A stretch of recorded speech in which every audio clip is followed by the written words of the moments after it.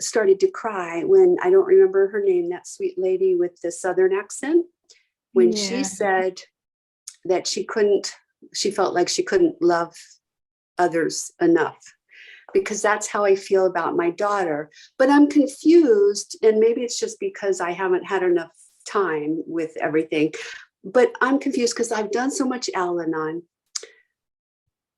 And I do understand that, I think I'm not getting it and I'm not making the connection. I do understand that I have no control over other people and I can't change things, but I'm still suffering. And I don't know how, like, I do understand that. So I thought that was the crux of it, but then why am I still suffering, and how do I change that?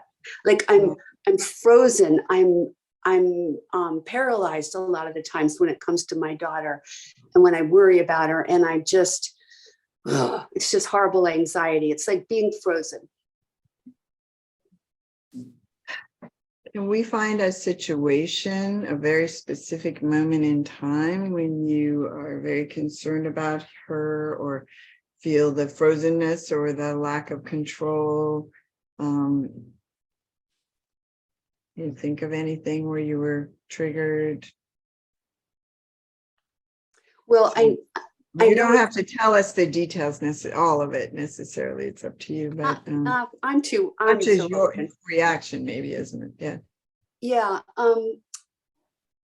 My husband, when I got pregnant, was horrible, and he wasn't happy about it at all, and he wouldn't even hold her. And he was an alcoholic. I mean, I was raised in an alcoholic family. My father was an alcoholic. My husband, unwittingly, I married an alcoholic because I wasn't educated.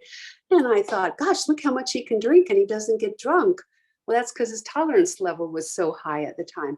But anyway, I think all of that contributed to this. I'm sure. I know there's a connection. I just don't get it. But if I do understand that it's all me and I can't change anything else and I can't change other people, so I don't understand. I'm going to pull you in. I'm going to pull you into, because like figuring it out and analyzing it and stuff, you get a lot of satisfaction if you can come into a specific moment in time where you're believing something about her, that she needs to do X, or I wish she was more of that, or she's upset with me, or she shouldn't drink so much. I don't know if she drinks too, but so whatever, if you can find one stressful thought or situation. And can you think of any situation? The only thing I can think of is that when she is, not trying to change her, but when she's upset or sad about something, and I feel like I just can't handle the pain. So I need her to not be upset. Yeah. You're sad. I can't handle the pain. Or earlier you said, I'm not trying to change her. And so those types of statements, anytime the mind, it's kind of in those 5 thought types, it's a little hard to see where's the one that's actually a judgment about what's happening. So just real quickly, a statement of the problem: I can't handle the pain. When she is hurting, okay, yes. So that's your situation, is she's hurting, she says something, I can't handle the pain. Is it true you can't handle the pain? Well, evidently it's not, because I'm still here. Yeah. But it's funny how our minds give us this stuff, and yet there you are. I don't know what not handling the pain would look like if you would, like explode but yeah, I mean, it's painful though. Yeah, I'm not minimizing that at all. So yeah, it's really important though to look at, what our minds tell us that make us need somebody else to be different because I can't handle this. So how do you react? And this is where it's really helpful to have a moment in time. Maybe you're on the phone with her and she's telling you she's sad. I mean, I've got a 27-year-old daughter, and I always say to people, why are we trying so hard to save them from their own pain? Because my pain is what led me to my spiritual journey and ultimately to a lot of healing. Wow. Yeah. So it's like, why am I always trying to save her? But I am. So yeah, it really is, so how do you react? What happens when you believe the thought, I can't handle the pain? And again, if you can find a specific situation, that helps a lot. I freeze. When she took a job in Pittsburgh 2 years ago at the height of COVID, that fall, and it was a horrible situation. And she has now moved back and things are better. But so I was relating to the woman who said that her daughter wouldn't talk to her also. So I knew that she was very upset and sad. And she just wouldn't talk to me. She wouldn't communicate with me. And I didn't know I didn't know what I was supposed to do to help her. And I just didn't call because I was too afraid to call her because I was paralyzed. It sounds so stupid. No, I don't, doesn't to me at all. Yeah. So what else happens when you believe the thought, I can't handle it when she's in pain. I can't handle her pain. Do you feel it in your body if you're on the phone with her and she tells you something and like how bad things are and you just want to? I do. I just, yeah, the anxiety is horrible. What happens is I call Rose. Mhm. That's so good that you have such a great friendship. What happens is I just feel like I'm going to throw up, and I just can't do anything.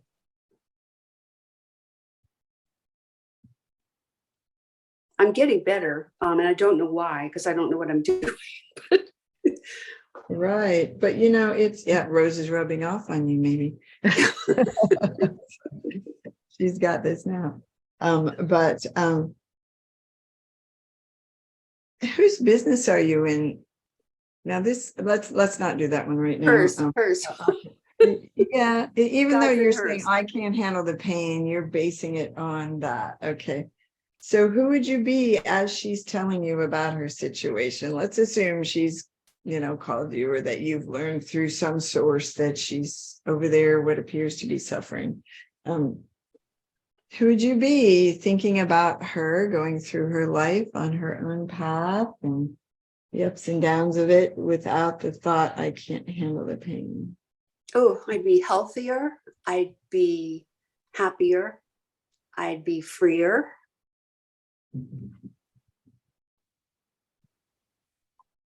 It's amazing. You'd be the absence of all that, the paralysis. And I'd probably be a better mother too. Yeah. So the reason this question is so powerful is that our minds need to see for themselves that it's not the other person, it's not the situation, it's the thought. Because without the thought, you're like, oh, bless her on her way. What can I do to help? My new show is New Amsterdam. The medical director always says, what can I do to help? So you might be, what can I do to help? Oh my goodness, I love watching you do your process. Your life is so fascinating. I can't believe how brave you were to go to Pittsburgh. Oh my goodness, I love that we know how to make lemons into lemonade. Who knows who you would be without the thought that you can't handle it. You would just be there honoring her life journey and figuring out, keeping the focus on your life journey. My life journey is I'm over here, I'm in pain, I can't control what's going on with her. So I have a funny one that my daughter was going through a really rough time in sophomore year in college, and we have what you got to come here, Cindy, sometime, and all of Okay. you come. Beautiful spot, gorgeous here. End of a dead end street. We have the fireflies go up in the trees in the summer, and the stars. We don't have street lights. So here I am. I'm out there. It's the end of a dead end road, very little traffic. Warm. I'm laying on the warm pavement. I'm looking at the fireflies and the stars, and I'm in hell because what am I? And my thought is, my daughter's in trouble. And then I just laid there and kind of did the work. Normally, I believe in writing it, but I was able to go, is it true? Can I absolutely know it's true? Turns out it wasn't. She was out having a really good time that night. So when I believed that thought, I was the only one in trouble. Who would I be without that thought? Feeling the warm pavement on my skin, letting the fireflies and the stars engulf me. Everything changed when I just asked that simple question, turn the thought around. I'm in trouble. She's not in trouble. So yeah, it's not to say you shouldn't have that thought or that you have to get rid of it, but it falls away more easily when you see that those worry. And on the bonus call, and I'm not trying to tease anybody, but on the bonus call on the February 5th is where I'm going to unveil my new what to do with worry thing. But the mind really needs to see this is not helping her. This is not helping me. This is, and you actually can't skip over it. You can't just say, oh, I shouldn't think that. I shouldn't believe that. I should be more. You can't. You just got to actually work it and let the mind see. So if you can grab a thought, so I need her to not be upset or sad was another one. So in that moment, the same one where you feel like you can't handle the pain, there's that other thought, oh, please, I need her everything to be happy and rosy in the future and, whatever. It's so funny because our minds don't necessarily know what they want. They just know what they don't want. So I don't want. Yeah. So if everybody write down her one-liner and put in your one-liner, because I would imagine everyone in this room has an agenda for a child, a grandchild, a somebody who is upset or sad or in pain in some way. And we believe the thought, oh, I need them to be better. I need them to not be in pain. And I love that it just came out of your mouth. It wasn't us sitting and doing a judge your neighbor worksheet, which is great. But when I coach people, I like to capture it in conversation because you're just believing it as if it's true. So is it true that that's what you need for her to not be upset or sad? I guess it's not true, but it's what I want. Okay, we can even, if the need is throwing you off, part of the judge your neighbor worksheet includes an I want. If you're in pain and paralyzed, it kind of sounds like a need to me, like you're so affected by her situation that it's affecting your life. But let's just go with the softer, I want her to not be upset or sad. Is that true that that's what you want? Yes. And can you absolutely know it's true that you want her to not be upset or sad? Yes. But then, as you mentioned, she wouldn't have opportunities to grow. Right. However, let's not go spiritual on ourselves here. Okay. And question 1 or 2, we don't want to have a but in any of these because that's our mind coming back and trying to talk us out of. We just really want to honor the thoughts and honor. If you're getting 2 yeses, that's why you're here. You can't see it another way. And then that means to me, definitely need to help yourself with this. So again, situation, we don't have one. Let's assume she's calling you from Pittsburgh. You're here being helpless. You're hearing about stuff that's making you so. That's our pretend situation. Is that okay? Mm-hmm. You have one? Can you actually see that in your mind's eye? It really helps.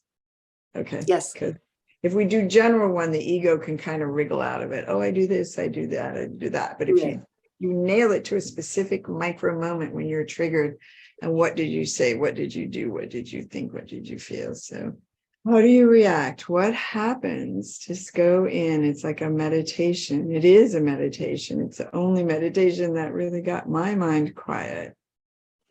Camera on you. There she is telling you her story.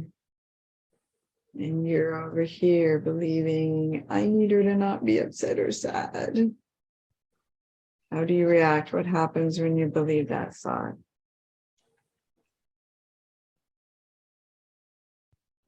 In that particular instance, if you can think of it and describe it to me. When that happened, I was paralyzed. I couldn't function. This probably all may sound crazy to people, but so this is really personal, but I believe everybody keeps things in confidence in this group. Well, this actually is all being recorded, and it's not confidential. Okay. We have totally confidential groups, but this is not that. Then I won't share. Yeah, you can tell me later, or we can turn off the recording at the end or something. But yeah, but I'm glad that you got it for yourself, and that you're also keeping your own counsel about whether or not it should be shared more broadly.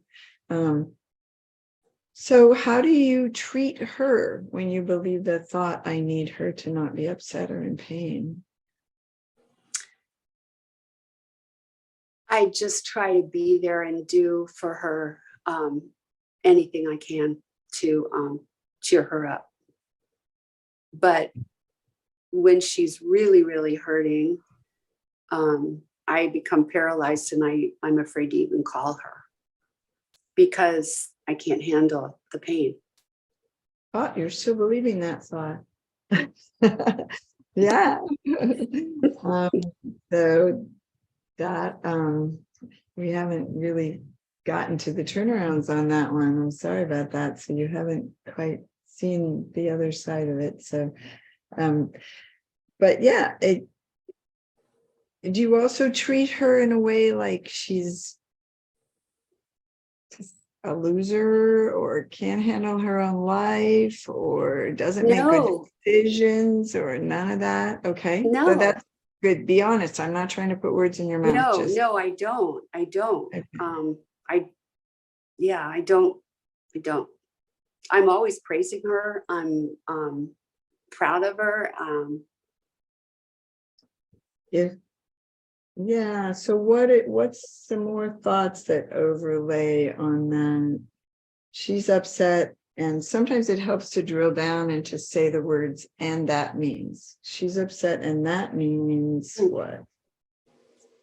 I don't know.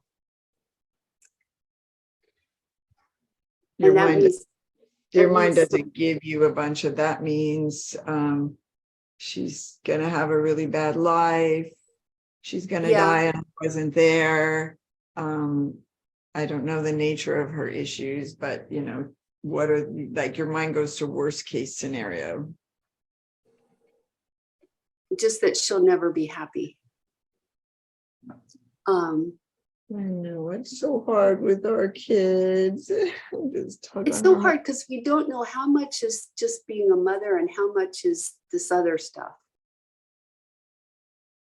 Sometimes just being a mother is just, expressing that faith and supporting them.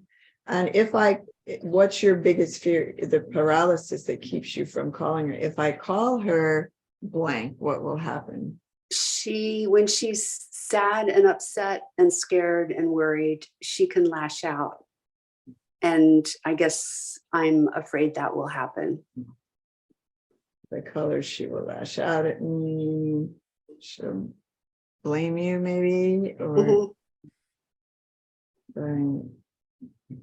and just keep in mind, you have a littlest part of you that is really scared of that scared of her anger, of your own child's anger, and not wanting to be responsible for these really horrible things that are happening in her life when that was happening. So yeah, it makes sense. And you can get to, if you keep working those, what is that part of you afraid of? you can get to kind of a place where you know you're going to be able to handle anything, and that she can. I think one of the things that this work did for me, when my daughter was in 5th and 6th grade, she became anorexic and very young, hospitalized, all that. And I went through this. I learned this work a couple of years later, and she started to see that I could handle whatever was going on. It was like the container for, and so it actually allowed her to act out in some ways more. And being adopted, I think she needed to be able to test me in ways that she couldn't do at school or with friends or with her dad. And she saw that I could handle it. And even now she sees that, if she doesn't want to talk to me about stuff, she just doesn't. And she knows that I'm not going to take it personally, and that I'm like the one who can handle her not talking to me because she doesn't feel like talking right now. So, as you do more and more of your work, you just communicate to them that I'm here, I'm the container. And I don't want you to feel bad if you can't do that yet, because you've got those littlest parts of you. And I would love to find out, at some point, is there something in childhood where you were afraid somebody, and it could be a no, you can't find it, but sometimes people will say, yeah, somebody was angry or somebody was sick or in pain or dealing with difficulties, and I had to carry that as a child. Yes. Yeah. A lot of I want to get where you were able to get to be that container. And I'm not always there, but I can catch myself sooner when I'm not, or when I should be like, Mommy, are you trying to fix me? So she's pretty astute too when she sees me over in her business. Yeah, so that makes total sense. When we have this paralysis, just think of yourself when you were a child, and so I would love if we get a chance to go back and work one of those childhood situations and be there for that you that is still kind of driving the bus when you're like, I'm little right now. I'm scared. I'm not big enough to be a mommy right now. And it makes sense because you've had those kind of situations where, of course, you would freeze. What were your choices? Yes.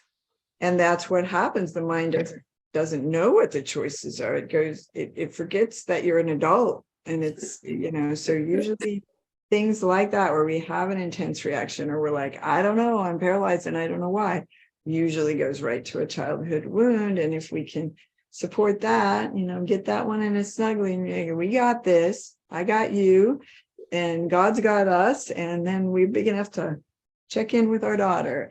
But to really get to the point where, rather than just white knuckling it and calling her when you're terrified, you sit down, you get those fears on paper, turn them around, let those parts of you know that, hey, we're going to be okay. We're not in charge here. We can't even know that what's happening with her is a bad thing. It's who knows what's being accomplished on the grand. She's there possibly to heal you, to bring you back, to come home to the part of you that got so wounded. I mean, it's not like she's doing that on purpose, but just the way the symmetry thing works is our loved ones are part of our movie, and our movie has her cast as somebody who puts you in that paralysis place so that you get to come home and reparent yourself and finally be there for you in ways that nobody else was.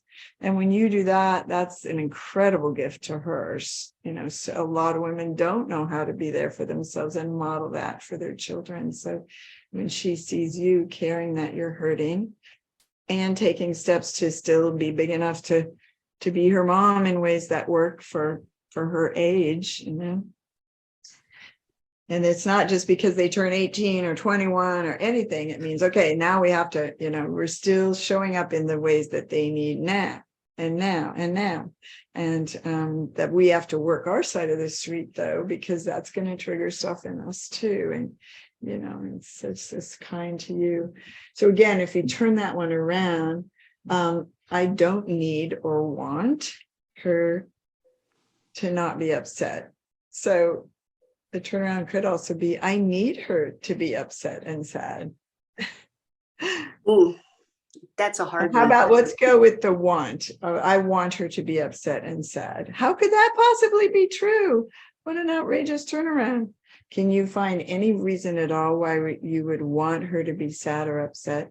Your Well, options for a if turnaround. she's, well, but then you told me that's getting into the spiritual part. But if she's never sad or upset, then that's not real.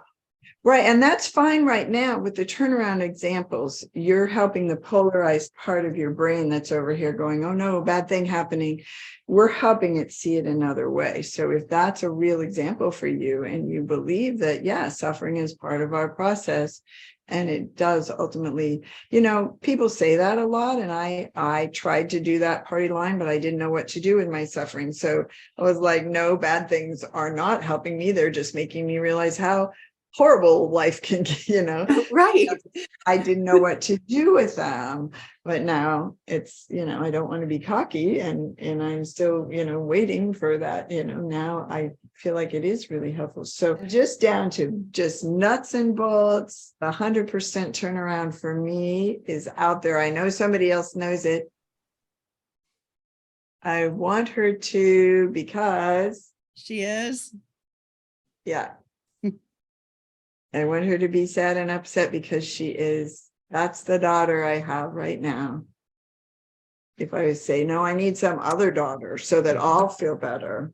It's, you have an agenda for her is kind of communicating, conditional, Yeah. I need you to be different. So, Wow. ego says, I need you to be different. I need you to be whatever I need you to be. Love says, oh, look at you. You're sad and upset. And not that you wish that for her, but, if that's what she is, then, okay, that's what I want. I want what I have. And it's a little easier when you turn it around to, if you were to say, I need her to be happy. If the opposite of sad and upset, I need her not to be sad and upset, you could say, I need her to be happy. So the turnaround for that, just to simplify, because this one has double negatives, it's a little harder. So I change it. I don't need her to be happy because she's not right now. Sometimes she is, but right now she's not. And I don't need her to be anything other than she is, because I'm not in charge of what shows up here. I don't know the meaning of anything that's getting accomplished. Who am I? Only monkey mind would say, it needs to be that way. So that's that one thought.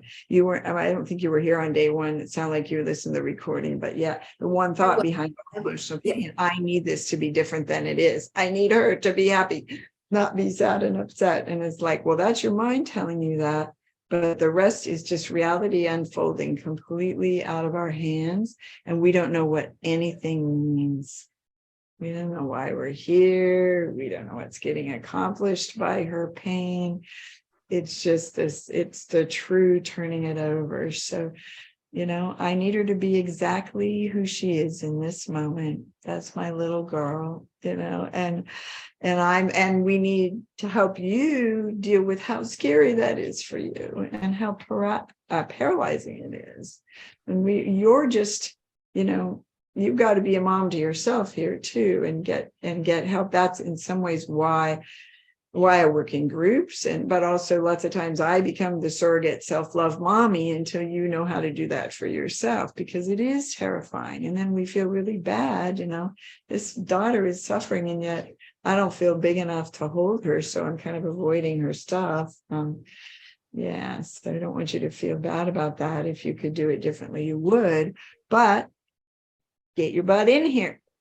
I mean, it really is. It works if you work it, and it doesn't work if you don't, So I need me not to be sad or upset is the other turnaround about her being sad and upset. You're the one who's hurting in that moment. I mean, like I said, she might hang up the phone and feel great having talked to you, and you're paralyzed for 2 days. That's what happens. Yes. Yeah, you're the one who's sad and upset. Rose knows. Yeah. No, but anyway. And then if it's, I need her. Yes. So, and I need me to not be sad and upset with her in some ways, or be sad and upset with myself. So there's different ways if we had the object in there to turn it around, but just to give a sense of, oh my goodness, reality as it unfolds, exactly as it is, and any argument with reality is going to cause pain. And it's also giving our mind way more power than it has. Can't predict the future. It doesn't know anything. So, yeah. But for you to write everything on paper about how scared you are about this, and how hard you are on yourself, that would be the wheel of self-love, where why go to a moment when you can't pick up that phone and call her, and we go back and stand with, by, and for you. That's what we're going to work tomorrow, and go, wow, yes, given what I was believing in my childhood and everything, that was the best I could do. And the buck stops here. I am not going to continue this pain by blaming myself for not doing better, because I'm the one who needs me to stand up for me and see what I've been up against my whole life and why this is so scary for me. You may want to watch a recording because I put a lot of stuff out there. I see your mind trying to process it. So, yeah. No, thank you.